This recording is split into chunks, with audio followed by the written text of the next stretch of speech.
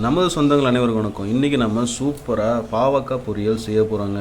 பாவக்காய் ஃப்ரை சூப்பராக செஞ்சு சாப்பிட போகிறோம். அதுக்கப்புறம் 3 பாவக்காய் எடுத்து வச்சுருக்கிறோம், சின்ன வெங்காயத்தை உருத்தி வச்சுருக்கிறோம். இது எல்லாத்தையும் நம்ம நறுக்கி எடுத்துக்க போகிறோம். அதுக்கு முன்னாடி நம்ம சேனலை சப்ஸ்கிரைப் பண்ணிடுங்க. நம்ம சேனலுக்கு கீழே சப்ஸ்கிரைப் பண்ணி கிளிக் பண்ணி அதில் ஆளுங்கிற ஆப்ஷன் கொடுத்துக்கோங்க. வாங்க இது எல்லாத்தையும் எடுத்து இப்போ நம்ம நறுக்கி எடுத்துக்கலாம். நம்ம எடுத்து வச்சுருந்த பாவக்காய் எல்லாத்தையுமே நம்ம ரவுண்டாக சின்ன நறுக்கியாச்சுங்க.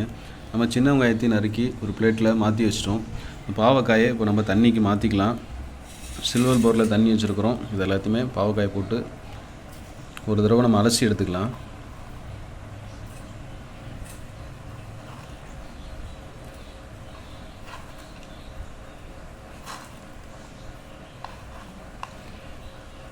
எல்லா பாவக்காயும் நம்ம தண்ணியில் மாற்றி வச்சு இதை நம்ம ஒரு தடவை அலசி எடுத்துகிட்டு இதை நம்ம வதக்கி எடுத்துக்க போகிறோம். இப்போது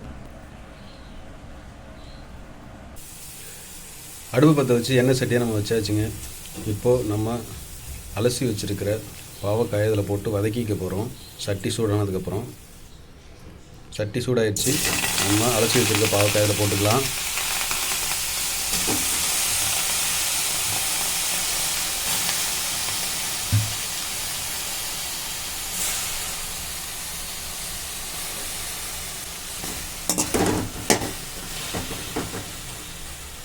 பாவக்காயை நல்லா வதக்கி எடுத்துக்கோங்க.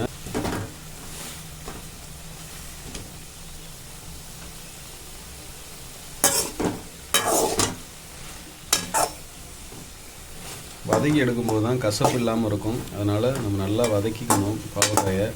அப்போ தான் ரொம்ப கசப்பு இல்லாமல் இருக்கும். இது தனியாக வதக்கி எடுத்துக்கிட்டு அதுக்கப்புறம் மசாலா நம்ம வெங்காயம் எல்லாம் போட்டு சூப்பராக செய்ய போகிறோம். இது நல்லா வதங்கி வரட்டும். பாவக்காய் வதங்கிறதுக்கு நம்ம கொஞ்சம் ரீஃபண்ட் ஆயில் இது மேலே சேர்த்துக்க போகிறோம். இப்போ தான் பாவக்காய் ஒன்றோட ஒன்றும் ஒட்டாமல் நல்லா சீக்கிரமாக வதங்கி வரும்.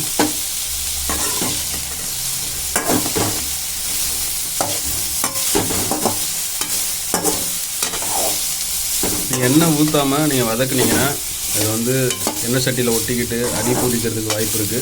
அதனால் நம்ம கொஞ்சம் எண்ணெய் சேர்த்துக்கிட்டோம்னா இது எதுவும் சட்டியில் ஒட்டாமல் நல்லா வதங்கி வரும். ஒன்றோட ஒன்று ஒட்டாமல் இருக்கும். இது எல்லாமே நல்லா வதங்கி வரட்டும். வதங்கினதுக்கப்புறமா உங்களுக்கு காமிக்கிறேன். பாவக்காய் எல்லாமே சூப்பராக நல்லா வதங்கி வந்துருச்சுங்க. இதே மாதிரி நீங்கள் நல்லா வதக்கி எடுத்துக்கோங்க. இதை நம்ம வேறு ஒரு பாத்திரத்துக்கு மாற்றிடலாம்.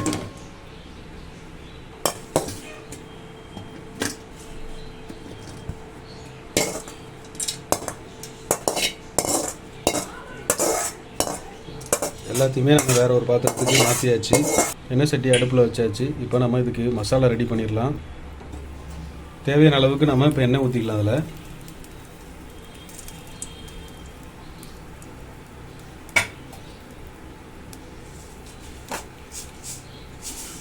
எண்ணெய் சூடாயிடுச்சு. இப்போ தேவையான அளவுக்கு நம்ம கடுகு போட்டுக்கலாம்.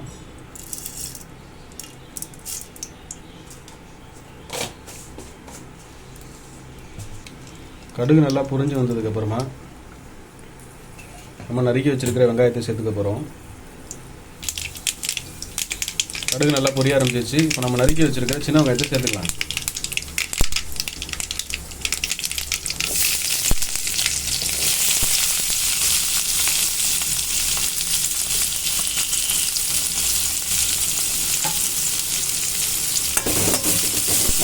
சின்ன வெங்காயத்தை போட்டு நம்ம நல்லா வதக்கி வச்சுக்கோங்க. சின்ன வெங்காயம் நல்லா பொண்ணுறதுக்கு வதங்கி வரட்டும். வெங்காயம் ஓரளவுக்கு வதங்கிடுச்சு. நம்ம இப்போ குடிய வச்சுருக்கிற கருவேப்பிலையை போட்டுக்கலாம்.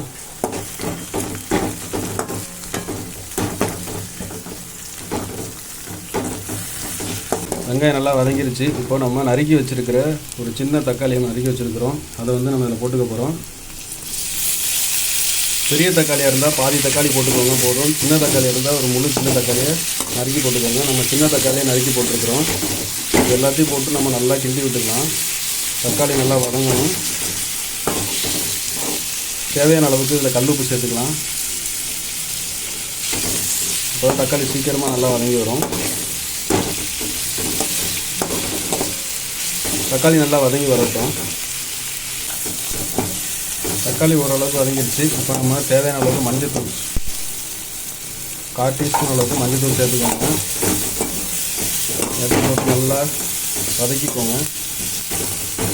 தேவையான அளவுக்கு 1 டீஸ்பூன் அளவுக்கு மிளகாத்தூள்,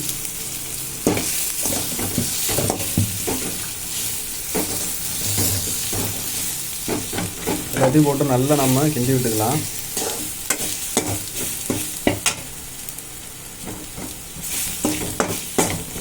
மீடியம் ஃப்ளேமில் வச்சுக்கோங்க, இல்லைனா மசாலா போடும்போது அடிக்கு பிடிச்சிரும். தணல் கம்மியாக வச்சு நீங்கள் எல்லாத்தையும் மசாலா போட்டு நல்லா கிண்டி விட்டுக்கோங்க. நல்லா மிக்ஸ் ஆகிடுச்சு, நல்லா சூப்பராக. இப்போ தேவையான அளவுக்கு தண்ணி ஊற்றிக்க போகிறோம். ரொம்ப தண்ணி ஊற்றுறாதீங்க, கொஞ்சமாக மசாலாலாம் கிண்டி கொலன்னு வர அளவுக்கு நீங்கள் தண்ணி ஊற்றி கிண்டிக்கோங்க. ரொம்ப தண்ணி ஊற்றிடாதீங்க. மசாலா கொஞ்சம் கொலன்னு இருந்தால் தான் நம்ம பாவக்காய் போட்டு கிண்டும் போது எல்லாமே நல்லா மிக்ஸ் ஆகி சூப்பராக டேஸ்ட்டாக இருக்கும்.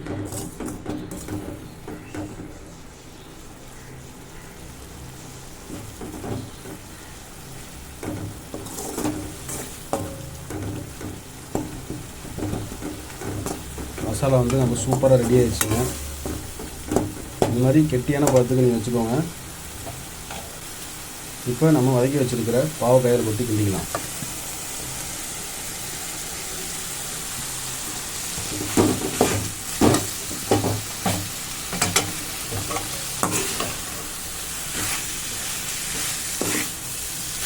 மசாலா எல்லாம் பாவக்காய் நல்லா மிக்ஸ் ஆகிற அளவுக்கு நல்லா கிண்டி விட்டுக்கோங்க.